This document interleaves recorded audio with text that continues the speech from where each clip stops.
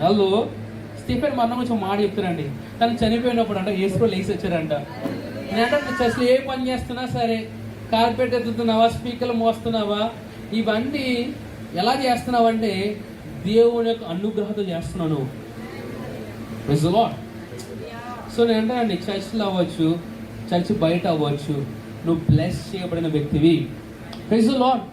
నాకు తెలిసిన ఒక దైవజనులు అంటారండి, అందరికీ సంఘంలో పని ఉండకపోవచ్చు, కానీ సమాజంలో అందరికి పని ఉంటుందండి.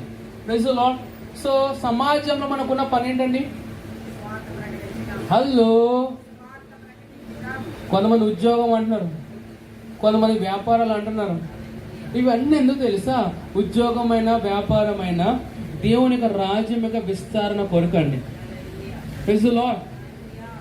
అంటే నీకున్న సమస్తము దేవుని యొక్క రాజ్యం కొరకు నువ్వు విత్తితే నీ గురించి, నీ కుటుంబం గురించి ఆయన పట్టించుకుంటాడండి.